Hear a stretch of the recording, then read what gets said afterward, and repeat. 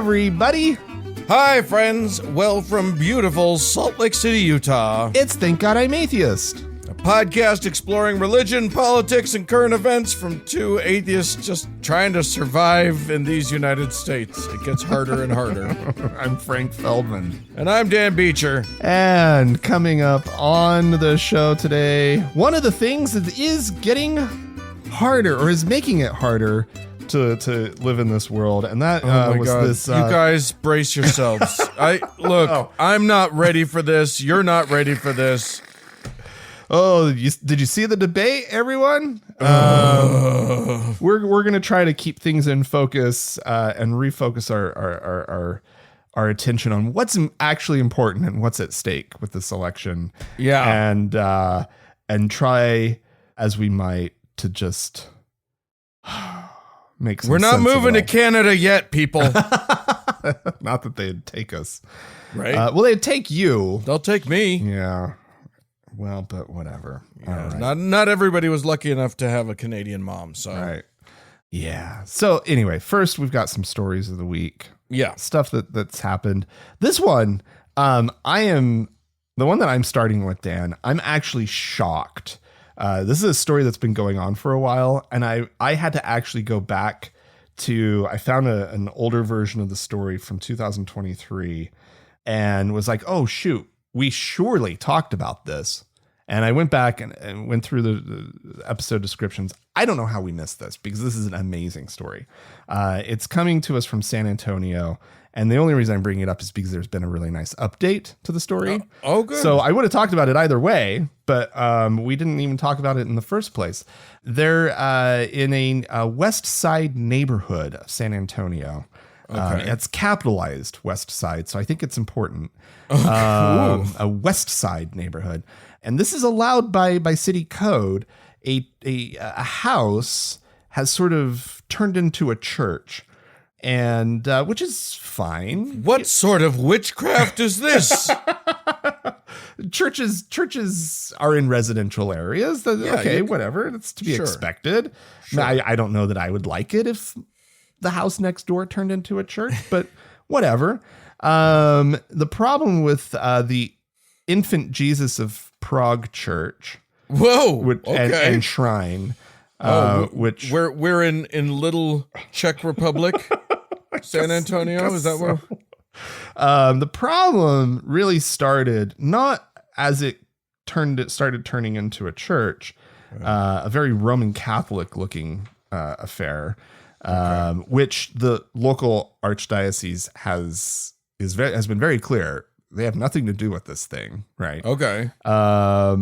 Everything would have been fine except the priest put some loudspeakers up and is playing the sounds of church bells. Okay. Every day of the week. All right, calm multiple down. times a day. What? The woman who lives directly behind the so-called church is woken up every morning to the sounds of bells. Wait, what time chiming. is he doing this? Is he doing this at like 6 a.m? Yeah, I guess. I don't know. It doesn't say exactly. But you either buy the fucking bells. Yeah. You be a man and you buy actual bells, or you're out. There's none of this loudspeaker nonsense. Yeah, because it doesn't sound right, for one. And also, he's really cranked up the volume, right? Like, apparently it's really loud. Oh my God. It is, so 3 times a day, Monday through Friday, the bells are chiming. And then 5 times a day on Saturday and Sunday. It is a noise ordinance violation. The city has been citing him, Father John Gabriel, but he said they cannot control what we do. No one can. The government can't. The city can't. No one can. We are a valid church. We are tax exempt, federal and city and county and state. He says. Wow. Bold. I'm going to say bold. B. You want bold? I'm going to say that, like, to be able to say in the same sentence, oh, we don't pay our fair share, and therefore you can't make us do anything. Right. Well, that's a powerful statement. You want another powerful statement? He also said, buy us out. Otherwise, shut the hell up. Oh my God. So I can't decide, but I think I kind of like this guy. well, he's he's a bold fellow, I suppose. Yeah. Just a real peach. He's not backing down. Well, thankfully the city has confiscated the speakers. That's they intervened. That's the big update to the story. This has been going on since at least April of 2023. That's when like the neighbors started complaining about this officially, and the city has just been, I don't know how it takes the city over a year to resolve this situation. The neighbors were absolutely at their just wits' end. It sounds like this guy was ready to have his own little Alamo moment. I'm surprised we didn't hear about gunplay or whatever. I know, like, I mean, it's bad. Like a dog barking like endlessly can be annoying, right? Yeah. And there's not much, I guess, you can do about that. But like if like this happened, oh my God. I don't know. I don't know what I would do. Unacceptable. Yeah. So, but the city is on it. They've taken his speakers. He's probably out there just holding his iPhone up into the air with little chimes playing. Yeah. Walking out at 3 a.m. Bong! Bong! Oh, man. Good Lord. I am going to return to one thing I said earlier and say, don't get pedantic with me and send me an email about how it's Chechnya now and not the Czech Republic. I don't want to hear it. All right, moving along. I'm going to do an update to a story that we talked about a while ago, in which there was you may or may not remember this, but back this goes all the way back to 2015, when a guy named Mark Janney, who is an atheist, was released from jail. And so when you're released from a long sentence or a sentence more than just a few days or whatever, you have to go to, like, you have to have a plan for when you're released. And generally speaking, you need a residence of record, which is a place that you can sort of put on the paperwork that you're going and that you'll be sure to have a place to go. Okay. And a lot of people don't have that. And so they're sent to like shelters or halfway houses or whatever. Right. Okay. And Janney was told that he was going to have to go to a rescue mission, which is basically a homeless shelter, but it's run by a bunch of Christians. And it has rules about all of their residents participating in worship services and Bible studies and faith-based counseling and all of this stuff. Oh, good Lord. Which, of course, the state can't require you to do. And Janney didn't want to do any of that stuff. Even, he actually suggested that he could stay at the home of some family friends, but that option was rejected. So he was basically forced to go to this thing. Oh, dear God. Well, he sued, Good. but he represented himself. Oh. And that didn't go well, and a district court dismissed the case. But in 2020, the ACLU and Americans United for Separation of Church and State stepped in to help out. Okay. And when they did that, the 10th Circuit Court of Appeals overturned the dismissal, and it went back to so that he could then sue and actually like push the state to actually do that. Okay. There has finally been some closure on this, which is that they settled the case. Janney gets to walk away with $100,000 in damages, and his legal fees are covered. Wow. So I think that is a fantastic outcome, and a really, really good news. Yeah. And hopefully, and there's no guarantee that this is true, but hopefully that's a sufficiently painful amount of money for the state to consider not fucking doing this to people. Yeah. Like this was in Colorado, so it's like Jesus Christ. Yeah. Like the fact that he had like an alternative that he went to them with, right? And they like rejected and they're like, no, you have to do this religious one. Nah, man, you need Jesus. Yeah, that's outrageous. Yeah, not okay. Wow. Well, that's good. That's, you know what, Dan? That made me feel a little bit better There about you the go. world. Don't spend it all in one place, Yeah, man. that totally made me feel a little bit better. Here's something that also made me feel a little bit better, which was a surprising story, I have to say. Okay. Coming to us from Oklahoma. Because one of our better states. Yeah, I mean, everybody knows my feelings about Oklahoma shithole. And for those of you, and you come to that honestly. Oh yeah. I've spent far too much of my life in Oklahoma as a child, and Oklahoma, just the thought. Anyway, yeah, the Oklahoma Supreme Court actually has come down with a decision that was the right one. I know. What? How did this happen? I thought somehow they had passed a law that made making the right decision in Oklahoma illegal. Didn't they do that at some point? I guess to make this story make a little bit of sense, we need to back up just a little bit to the case of a virtual charter school by the name of Saint Isidore of Seville virtual charter school, which was being put forward by the Archdiocese of Oklahoma City and the Diocese of Tulsa as a religious K through 12 online school that the government had agreed to give funding to. Well, I don't see what could go wrong there. And at the time, the state attorney general warned let's see, it's the statewide virtual charter school board, right, was the one that made this decision to approve the funding, and that was a 3-2 vote. He warned them, the attorney general did at the time, that this was a violation of the U.S. Constitution and the Oklahoma Constitution, as well as just basic state law.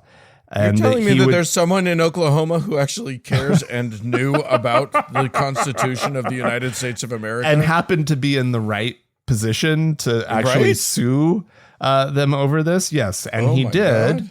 He went after them, and the thing went to the Oklahoma Supreme Court, and the Supreme Court decided, let me see, I believe it was overwhelmingly, 7-1, with one justice recusing. Oh, recusal. So, okay. Yeah, because it's a 9-member court, and so it's 7-1. One didn't vote in the thing. So yes, it was overwhelmingly decided by the state Supreme Court that this is a violation of the Establishment Clause, and so forth and so on. They fully agreed with the attorney general. That is remarkable. Now, of course, the Archdiocese is seeking guidance from attorneys on whether they should still open the school this fall. And I guess they would have to be using their own money to do that. Yeah. That's which what they're trying to save their money because they're going to be sued by it, Well, I mean, so here's the deal, though. Maybe they've wised up a little bit on the topic of having their officials have direct access to children, and they made this a virtual. So there's a little bit. There's a no touching firewall that they've built up. So maybe we should be encouraging this. Yeah, virtual Catholic schools only, please. And maybe they should go to virtual altar boys as well. Exactly. Or AI, altar boy AI is all they need.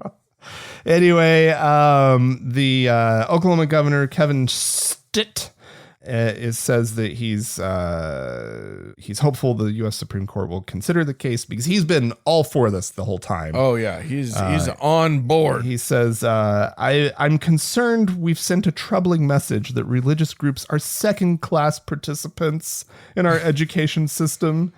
No, they should not be participants at all. Says charter schools are incredibly popular in Oklahoma, and all we're saying is we can't choose who gets state dollars based on a private entity's religious status. Yes, we can. We have to. Yeah, I think just the status of them being religious is what you base your decision on, and you made the wrong decision.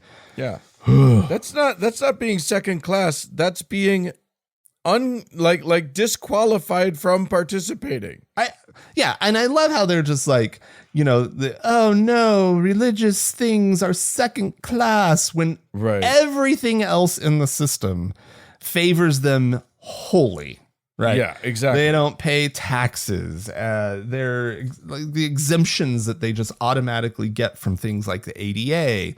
And it's just like, fuck off. They're clearly the first class. Right. And we are all suffering in the second class. It feels like a traveler up in the front cabin of the plane going, what? No champagne? What are we, second class travelers? Is this coach? Will you lean my chair back fully and turn it into a bed now, Stuart? I'm not. Bring me a face mask. I can't look at this place anymore. Okay. Well, speaking of Oklahoma, since you did one that worked out correctly, I'm going to do one that's just gone literally as off the rails as it can go. I think a lot of our listeners will have already seen this. This is about superintendent of the public instruction in Oklahoma, Ryan Walters, who I gotta say looks like. I want you to, if you want to know what he looks like, I want you to close your eyes and imagine a guy who beat a sexual assault charge in college because of his parents made a donation. And I'm pretty sure you'll just nail it. Whatever you're imagining, that's who this guy is. And he goes to a Nazi barber. Oh, 100%. His barber is totally a Nazi. Like he's got the haircut. He is a Christian nationalist through and through, and he has made a decision. It seems, I'm guessing unilaterally, he is probably pissed at your story, to be perfectly honest. So here's what he's decided. Okay. He was at a conference of the whoever's of all of the schools. I don't know what it was. A meeting of the State Board of Education. That's what he was at. And I'm just going to read a quote from what he said. He said, "We're going to make an important announcement today regarding the Bible and the Ten Commandments." Now, they tried to do a Ten Commandments in all the classrooms law, just like the Utah legislature did, but it didn't go anywhere, unlike the Louisiana legislature. So here's what he says. "The Bible is a necessary historical document to teach our kids about the history of this country." I don't think he knows what the Bible is about. I don't think he can't have read it and say that. Anyway, to have a complete understanding of Western civilization, to have an understanding of the basis of our legal system. Does he know that everything that happened in the Bible takes place in, Asia? Anyway, so here's the memo that he's issued. He says, "So we will be issuing a memo today that every school district will adhere to, which is that every teacher, every classroom in the state will have a Bible in the classroom and will be teaching from the Bible in the classroom to ensure that this historical understanding is there for every student in the state of Oklahoma." Wow. Good for him. Powerful stuff. Powerful stuff. So that's lunacy. Wow. That's crazy. and he's a crazy person. So, okay, wait. I think I heard in there somewhere that every classroom, every subject matter, I assume then is right. Welcome to kindergarten math. Yeah. Here's what the prophet Elijah had to say. It's so dumb. Already, like, there has been an outpouring of like devious people on social media talking about malicious compliance with this thing. Sure, yeah. Because, okay, you can teach the Bible, but there's a lot in the Bible that when the people learn about it, it makes them seriously question some shit. Because, look, I've been doing a podcast about the Bible for over a year now. The fucking thing's crazy. I don't know if you know this, but like, that's not a good book. It's interesting. I do think it's interesting. But the moral lessons to be learned. If you want to teach morals, that's a bad book for that. Like, you can pick and choose some good stuff, obviously, which is what they all do. Sure. And that's fine. I have no problem with them teaching the Beatitudes. You know who would have a problem with them teaching the Beatitudes? Fucking half of the Christians in Oklahoma. Like, you're going to tell me that the meek shall inherit the earth? They're on board with that? Yeah. No. It's the meek shall inherit the earth with these guns. I'll show you meek. I'll shoot you right in your meek. I'll punch you right in your meek damn face. Their meek brand gun. Yeah. Yeah. So there you go. That will definitely go wrong. That will go very badly. I'm not predicting like what will happen, because these days in this country, who the fuck knows? But something's gonna be wackadoo for a little minute. Yeah. All right. Well, be fun to watch. Yeah. It's good. See, that's the perspective though, Dan, right? Shouldn't we should have fun watching our country go to hell in a handbasket. Listen, right? if your country's gonna burn, break out some marshmallows. Pull up a chair. What are we doing here, people? Enjoy it. Pour yourself a drink. Yeah. Buy a hand basket. Probably pour yourself a few drinks if you're like me. It's all the drinks. Look, we are all drunk from now on. That's the rule. It's fine if you don't. Between now and November, especially. And then potentially continuing for many years thereafter. We'll see. All right. Oh, Dan. This is an interesting story with interesting ramifications. It's coming from Israel. Which is just so much good news comes from Israel these days. Nothing but positive vibes out of Israel these days. Yeah. Where there has been a question, and I fail to remember if we've talked about, and I think we have, how the ultra-Orthodox are not drafted for military service. I think we've talked about that. Right. The fact that like everybody has to serve in the military. They have a mandatory draft except for ultra-Orthodox men. Yeah. And the reason being is that they need to spend their time at in a yeshiva studying the Torah. It's vital. This is their purpose. What else could happen? This is their purpose. It's actually their view of Israel, right? Is that the Torah is central to Judaism, and studying it is central to that, I guess, as well. And but like, if you're just a mamby-pamby, Israel exists to protect, the Jewish people. In order for them to continue being Jewish, they have to study the Torah, blah, blah, blah. Or at least there has to be some people, and the Haredi have taken it upon themselves to be the ones that study the Torah. Right? They're the only ones that they think is valid to study the. If you're some mamby-pamby reform Jew, and you want to study the Torah, no, get your ass into a uniform. Correct. Yeah.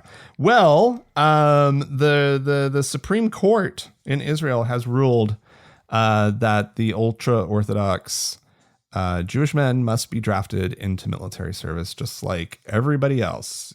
If you're gonna have this requirement for everyone, then it actually has to extend to everyone. Gosh, I wonder if there's anything happening politically and like sort of militarily right now that would make them think they need more military. Yeah, yeah, and that's definitely, I think, been part of the case.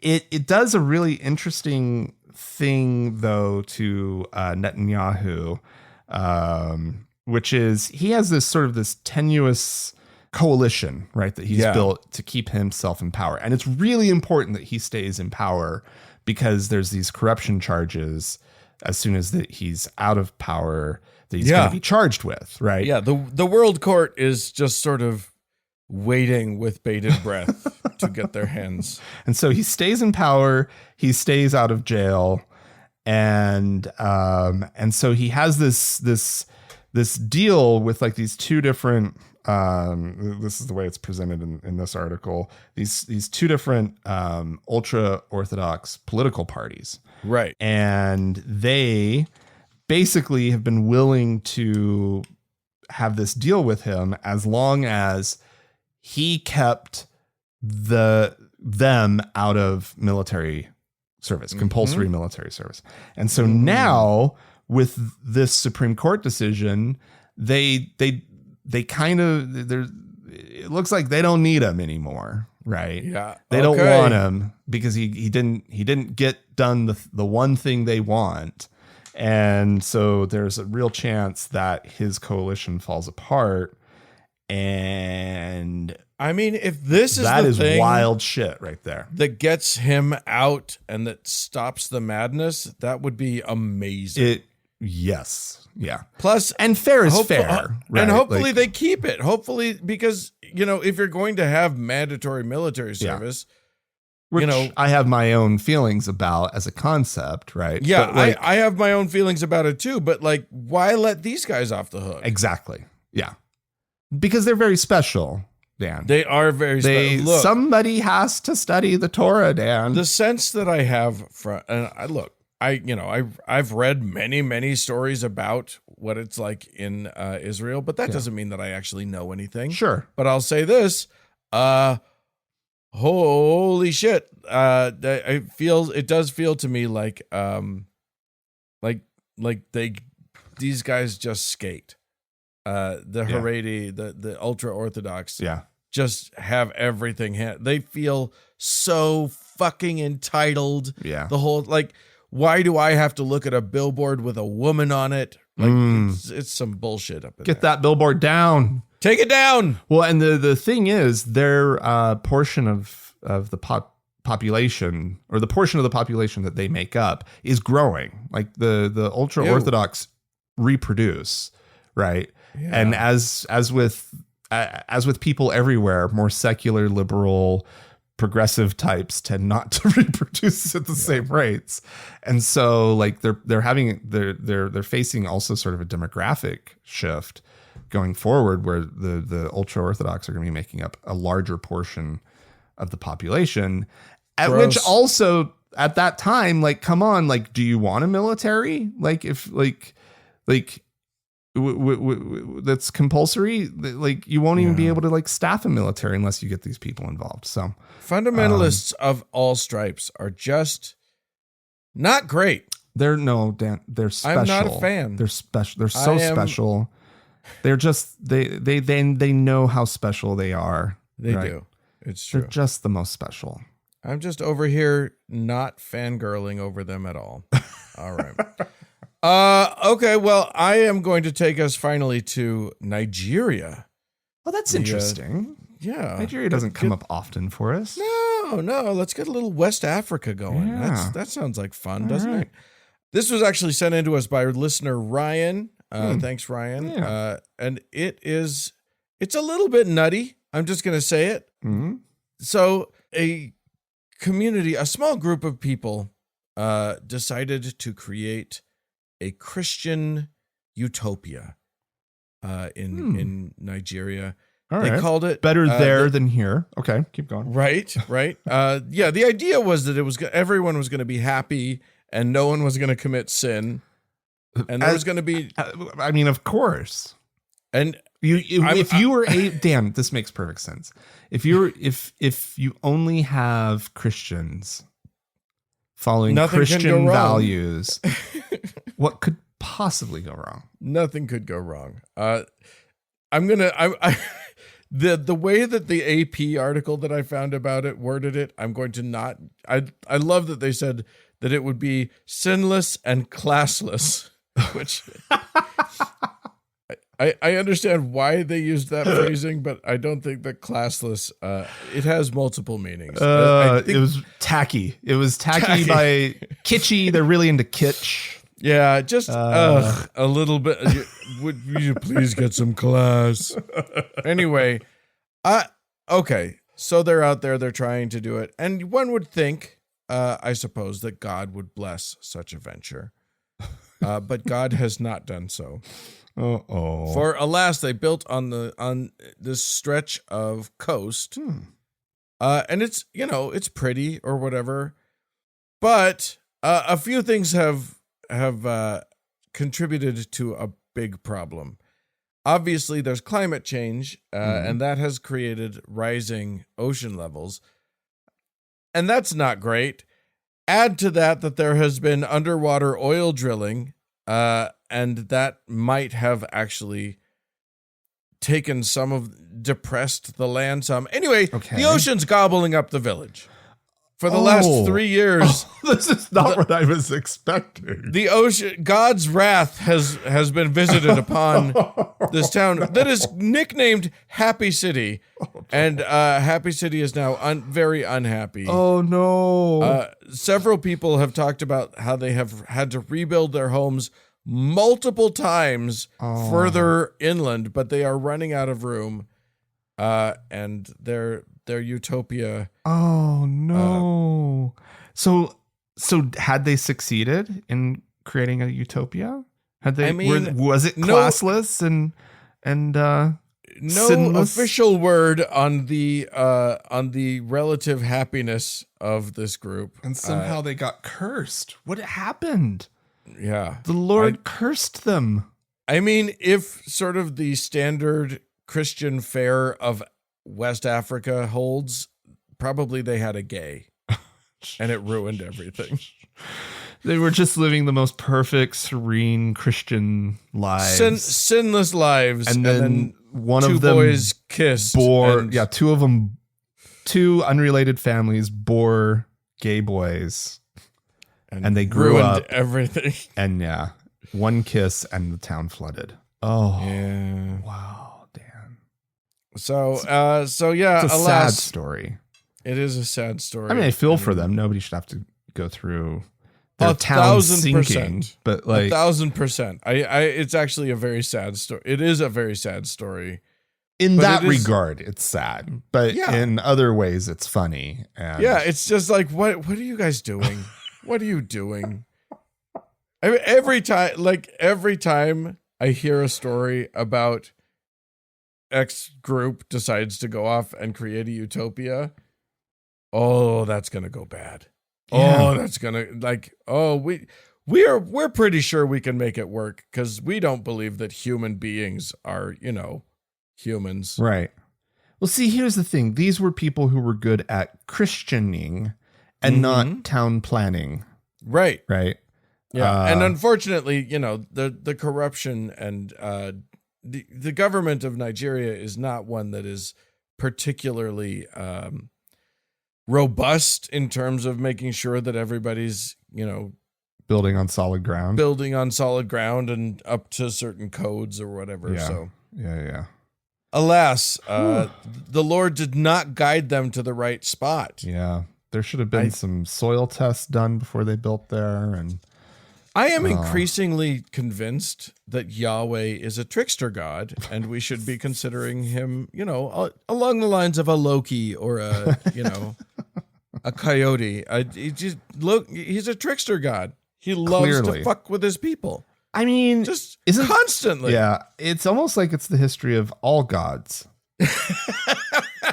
All gods are trickster gods. They like you. If you were to believe in a god, you have to believe in one that is capricious and selfish and self-absorbed and will tell you that you are their very, very specialist best boy, and then is gonna just fuck with you. just jerk you around. Absolutely. Yeah. Anyway. All right. Well, there you go. That's sad for some Nigerians that their god played them like that. That sucks. If you would like to tell us about how your god played you back when you were a believer, or anything else, you can feel free to write into us, podcast@thankgodimatheist.com. or Colin leaves a voicemail message. We'd love to hear your voice. The telephone number is 424-666-8442. Stick around. There's more show coming up.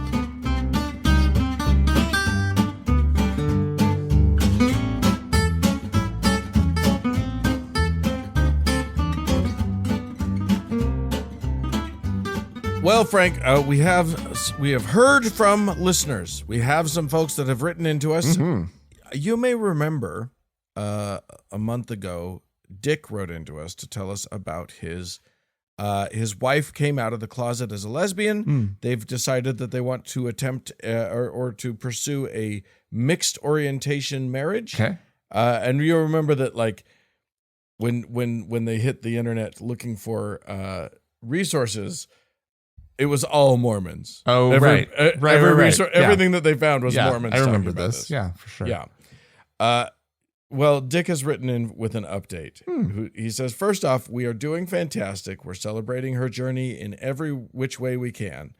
To show support, I decked out our house with pride flags for Pride Month. She felt so seen. In my quest to find some local pride events for us to attend, I innocently posted, "Know of any pride events happening locally?" in our small Northwest Indiana town's Facebook group. Okay. Well, that just sounds foolish. Little did I know, I was about to unleash a tidal wave. The response was swift and intense. Within minutes, it got so much religious and anti-LGBTQ hate. Oh. Never have I witnessed so many people publicly putting their hate on the record. Oh.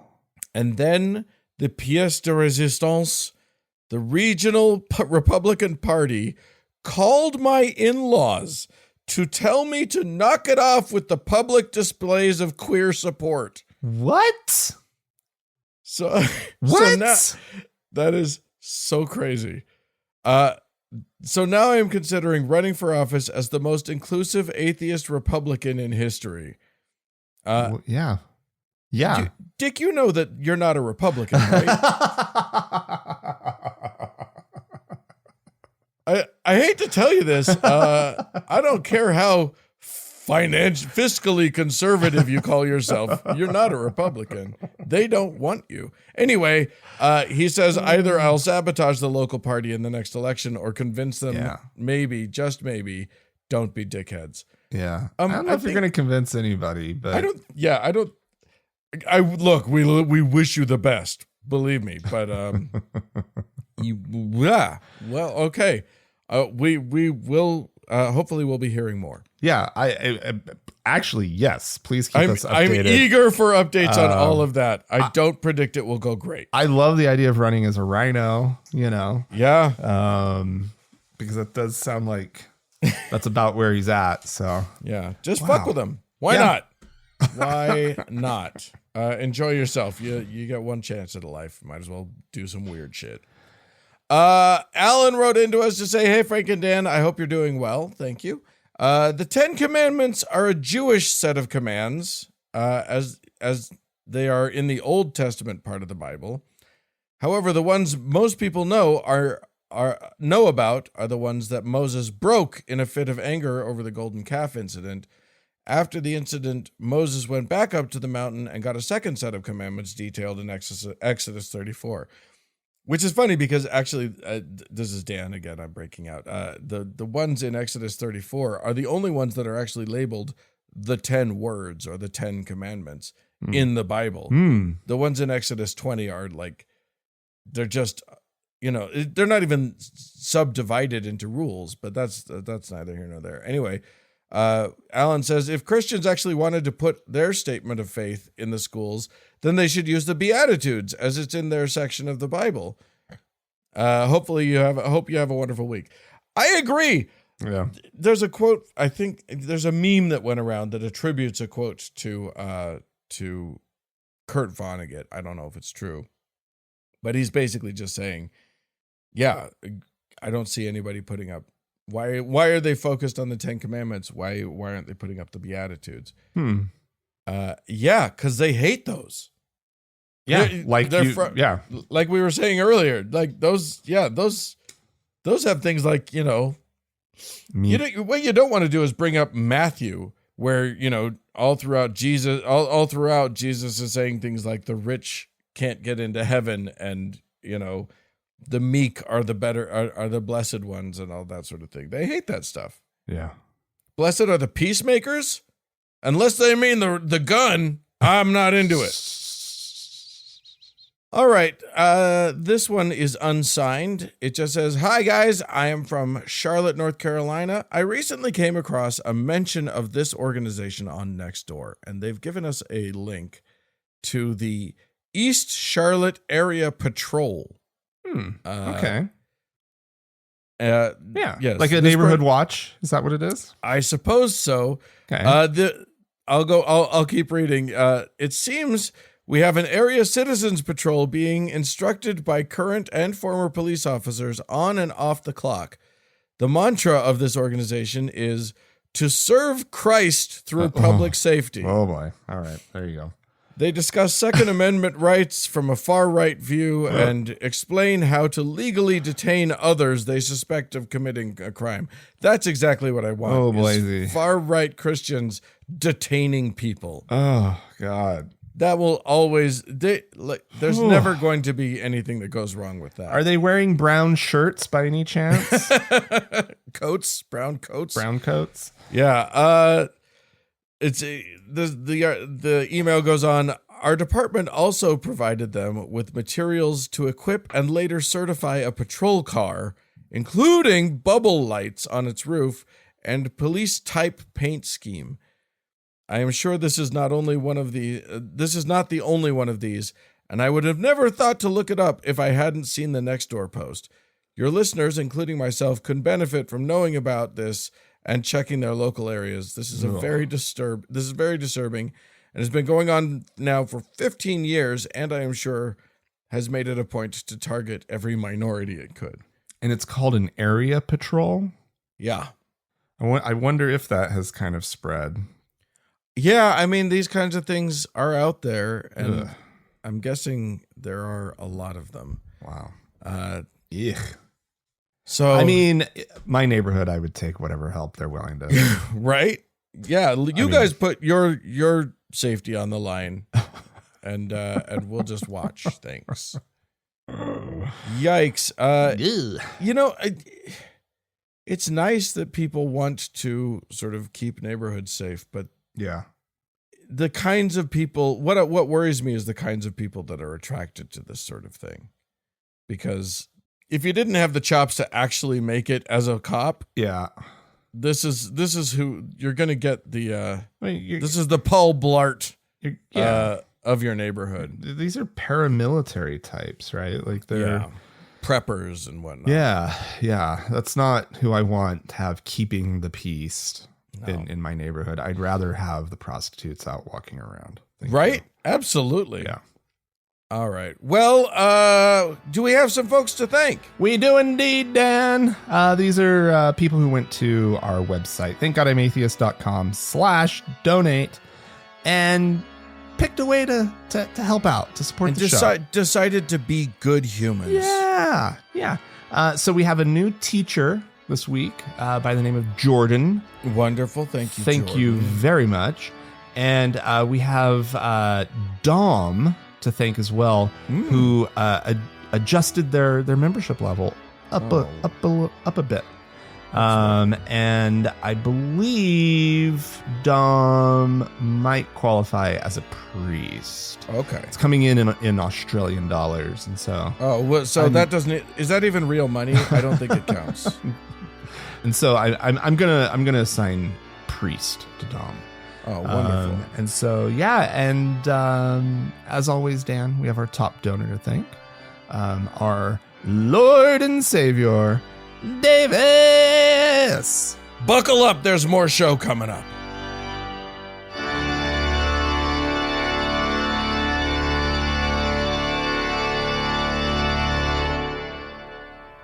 Okay, Frank, you made me do this. You forced this upon me.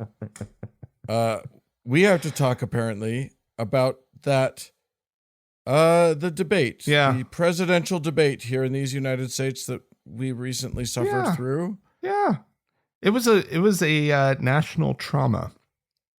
There was nothing okay that happened in that debate. It was, I mean, first of all,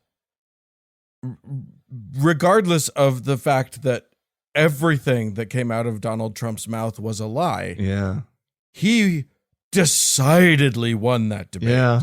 He trampled poor Joe Biden, who basically confirmed everyone's fears as best he could. Did his best to make sure that everyone felt their fears, and it can see him as nothing but a feeble, doddering old man. And it was I was very sad. I felt a lot of emotions. Now, I will be completely honest and transparent. I didn't watch it live. I could not bring myself. I was one of those. I'm in the I couldn't watch it camp. But there was one moment where I was like, I should let's just see what the headlines are, sort of the real time little updates that like the New York Times does on their app for stuff like that. Sure. And so I went and surprise, oh, they were actually playing the video. Okay, cool. And I looked at the video, and no, I hadn't turned the audio on at this point. And just looking at it, I was like, oh my God. Yeah. What the fuck is going on with Biden? Like, he looked just, feeble and slack-jawed and just like confused even. And I was just like, what in God's name? I hit the audio to listen. He started talking and I was like, shut it off. And then kept updating, and then listened to like some, we were talking before the show and I called it like a best of compilation, but the worst of compilation of that debate. And it is mind boggling that this is where we're at. It is disheartening. It is. And the reason I wanted to talk about it is that it just feels so doomy, and discouraging, but there's still an important message that people need, because the thing is, I think we're all holding on to this narrative that is really strong, at least right now, which is, how do we get him to step down? Right? How do we get him to bow out of this campaign? Like, oh my God. And everybody's jumping on it, and it's like, and I feel like this little ounce of hope, right? At the thought of like, could we get one of any number of Democratic governors who could step in and run, or your boy Pete Buttigieg, or like anybody, but it in the hypotheticals, it's Gavin Newsom, Gretchen Whitmer, or Josh Shapiro. Those seem to be the three names. There are a couple others that float around a little bit, but and it's like I'm holding on to that in order to keep some sort of sanity, but I'm not actually that hopeful that it will happen. And so I think it's really important to have a conversation about how to refocus our attention on the stakes of this election cycle and staying focused on the fact that this is really about keeping Christian nationalism at bay as much as possible. Well, that's the thing, right? Like, I've never been a huge Biden fan.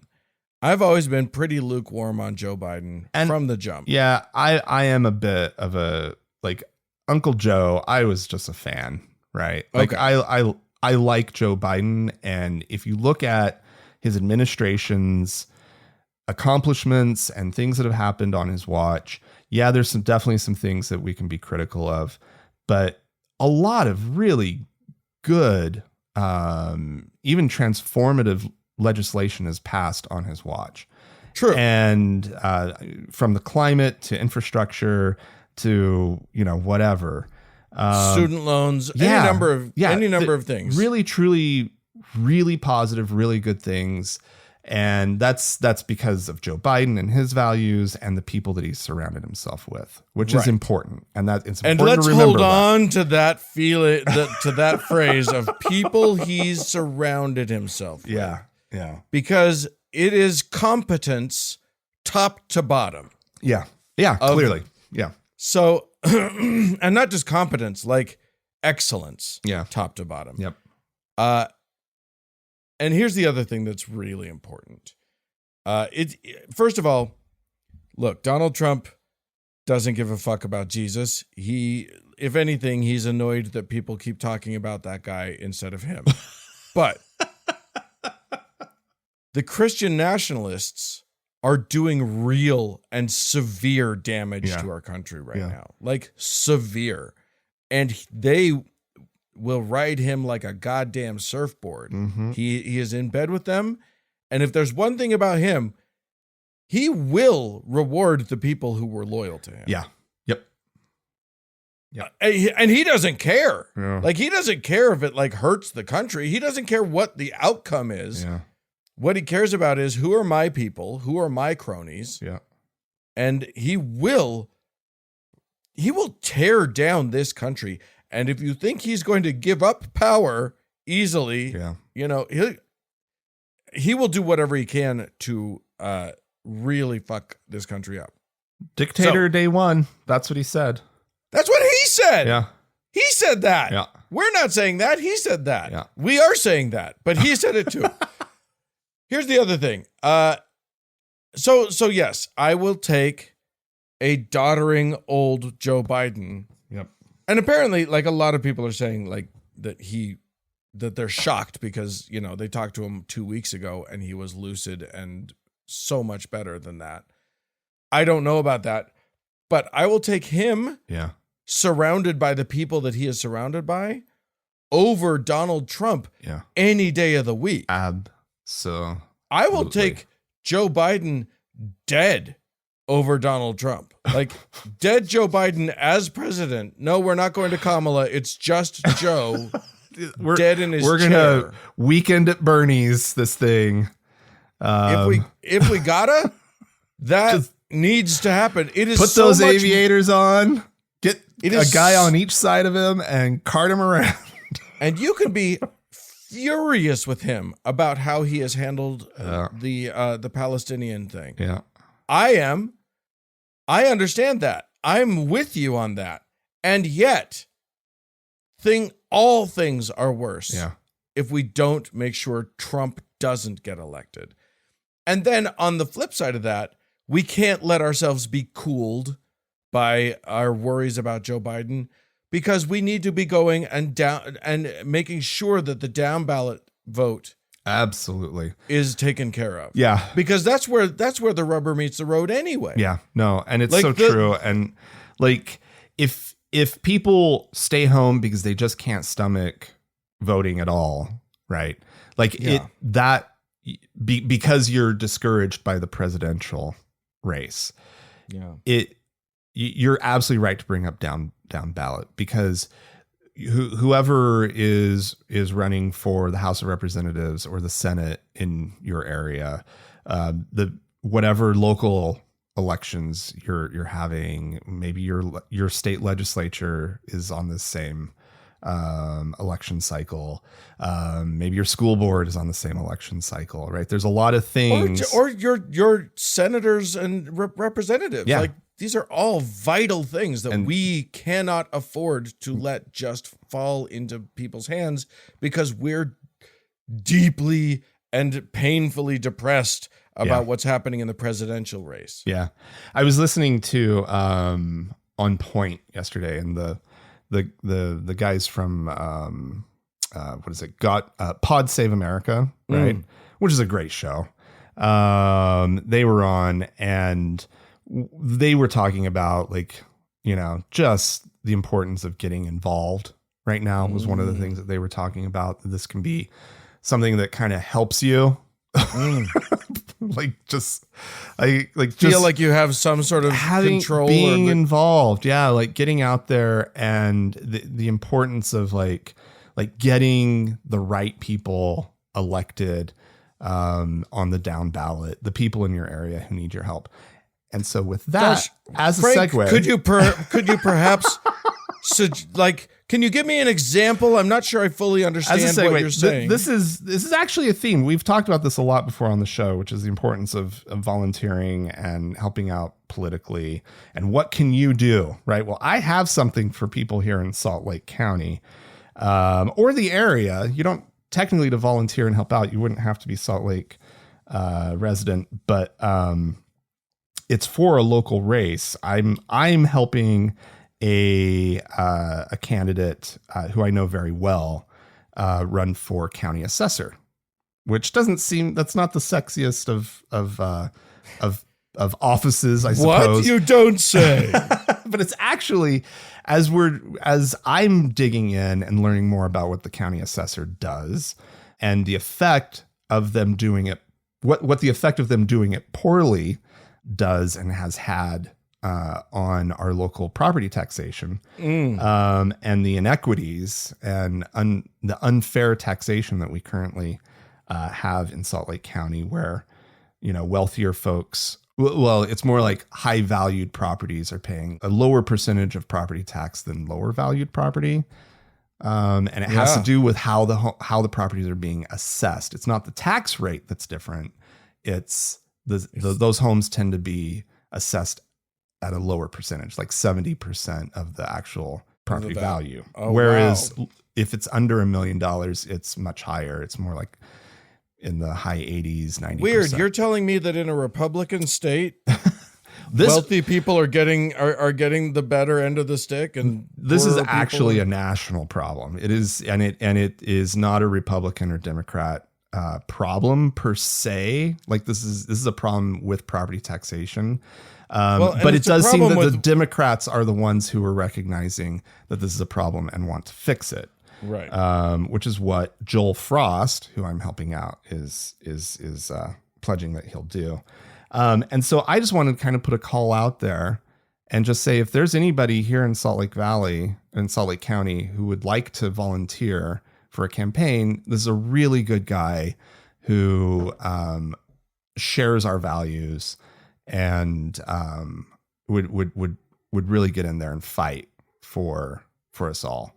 And so if you'd like to help out, would you email the podcast, just podcast@thankgodimatheist.com, and I'll look for your email. And then hopefully I will consider sorting through those emails and forwarding them on to the right places. My volunteering for the campaign. Does that count? Sure.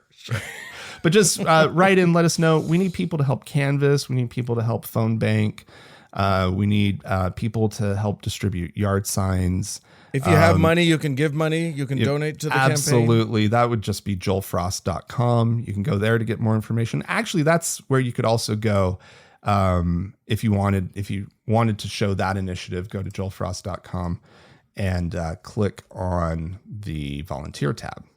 That's JOELFROST. That's correct. Yeah. Okay. And yeah, there it is, the volunteer tab right there. Just wanted to double check. Or you can email directly in and I can reach out to you. And Joel is a qualified, really strong candidate. So yeah, he's been an appraiser Yeah. a residential appraiser for quite some time. So decades, in fact, at this point. And and if you're not in the Salt Lake area, which most of you are not, find your version of Joel Frost in the world and absolutely. get out there and do some work, because we have work to do. Yeah. And, it could be something as easy as just showing up and marching with us in a parade. Like it could be something fun and light like that.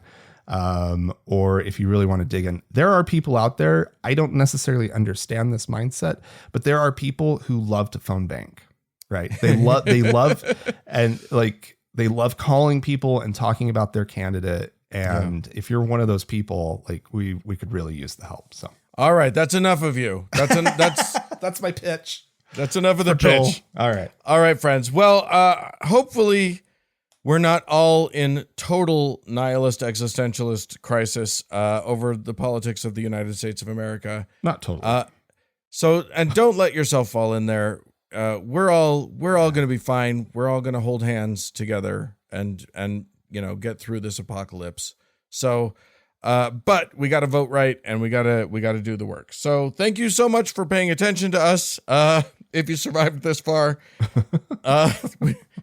we really appreciate it. If you would like to write into us about anything, you can write into us podcast@thankgodimatheist.com. Or call and leave us a voicemail message. The telephone number is 424-666-8442.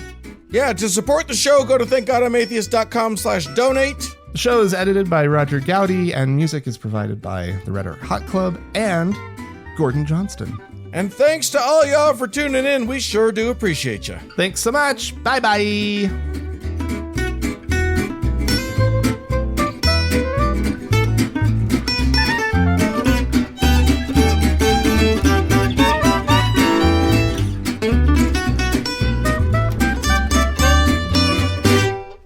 Thank God I'm Atheist is a production of TGIA Media, LLC, copyright 2024, all rights reserved.